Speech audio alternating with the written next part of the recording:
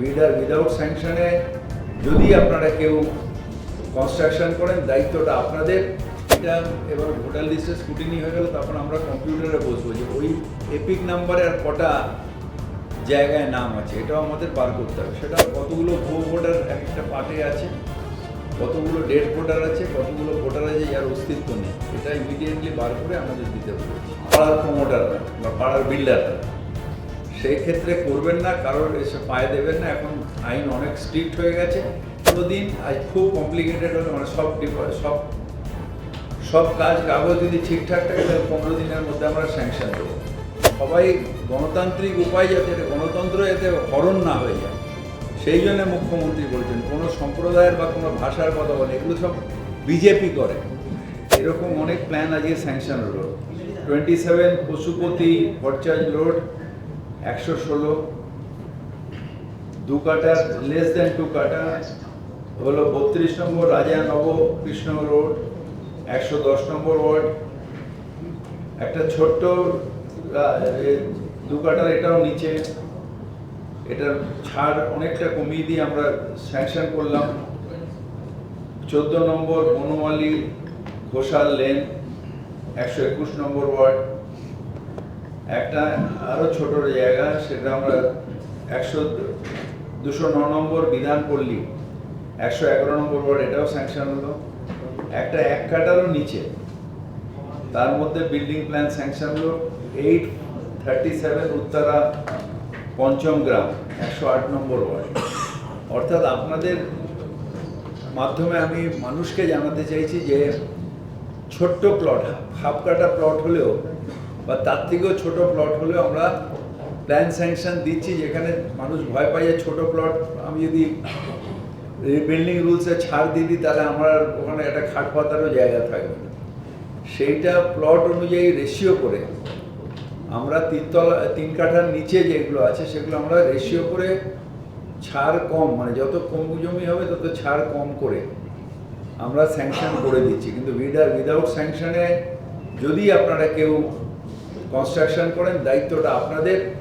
আইনত যা যা ব্যবস্থা নেওয়া সেটা কেএমসি নেবে। সুতরাং আপনারা এলবিএস এর মাধ্যমে প্ল্যানটা স্যাংশন দিন। আমরা কথা দিচ্ছি 15 দিন, আজ খুব কমপ্লিকেটেড হলে মানে সব কাজ কাগজ যদি ঠিকঠাক থাকে তাহলে 15 দিনের মধ্যে আমরা স্যাংশন দেবো। ছোট ছোট প্লটের ক্ষেত্রে আমাদের ফায়ারও লাগে না, সুতরাং স্যাংশন দিতে অসুবিধা নেই। 15 দিনের মধ্যে স্যাংশন নিন। 3 কাটার নিচের যে প্লট, ছোট প্লট, তার স্যাংশন জমা দিয়ে ইউডিপিতে আপনি প্রিন্ট লেভেলের মধ্যে তৈরি করাও শুরু করুন, ওয়েট করতে হবে না।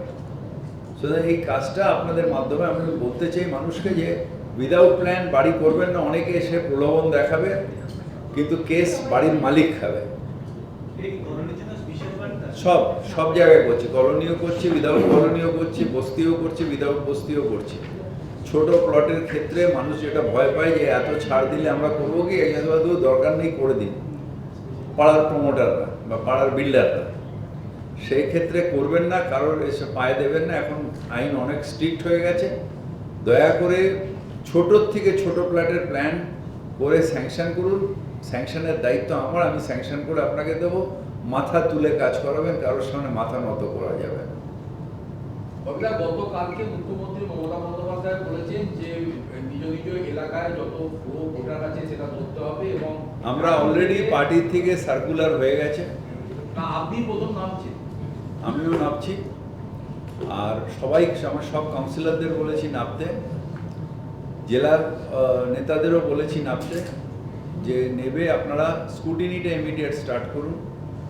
আর ভোটার লিস্টের মধ্যে যেমন ডবল নাম থাকে সেইটা এবার ভোটার লিস্টে স্কুটিনি হয়ে গেলে তখন আমরা কম্পিউটারে বসবো যে ওই এপিক নাম্বারে আর কটা জায়গায় নাম আছে এটাও আমাদের বার করতে হবে। সেটা আমাদের পার্টি অফিসে বসে আমরা করব, কারণ বেস কর্মীদের পক্ষে সম্ভব না যে ওই এপিক নাম্বার দিয়ে ওদের যে এটা আছে ওয়েবসাইটটা যে তার মধ্যে গিয়ে ওটা বার করা, ওটা আমরা করব। কিন্তু স্কুটিনিটা করে কোনটা কতগুলো ভুয়ো ভোটার এক একটা পার্টে আছে, কতগুলো ডেড ভোটার আছে, কতগুলো ভোটার আছে যার অস্তিত্ব নেই, এটা ইমিডিয়েটলি বার করে আমাদের দিতে বলেছি। বলছে এই যে ভোটার লিস্ট নিয়ে আপনারা অভিযোগ করছেন, এটা হচ্ছে ভবানীপুর এলাকায় প্রায় 20,000 গুজরাটি আছে, শিখ আছে, এদেরকে টার্গেট করে তালিকা থেকে বাদ দেওয়ার শোনেন, জন্য করা হচ্ছে। ওরা মানুষে মানুষে ভেদাভেদ করতে চায়। আমরা সবাইকে নিয়ে চলার পক্ষে। গুজরাটি মা যারা বন্ধুরা এখানে থাকেন তারাও আমার ভোটার, বিহারি বন্ধুরা যারা থাকেন তারাও আমার ভোটার, বাঙালি বন্ধুরা যাবেন তারাও আমার ভোটার। আমরা এর মধ্যে ভেদাভেদ করি না।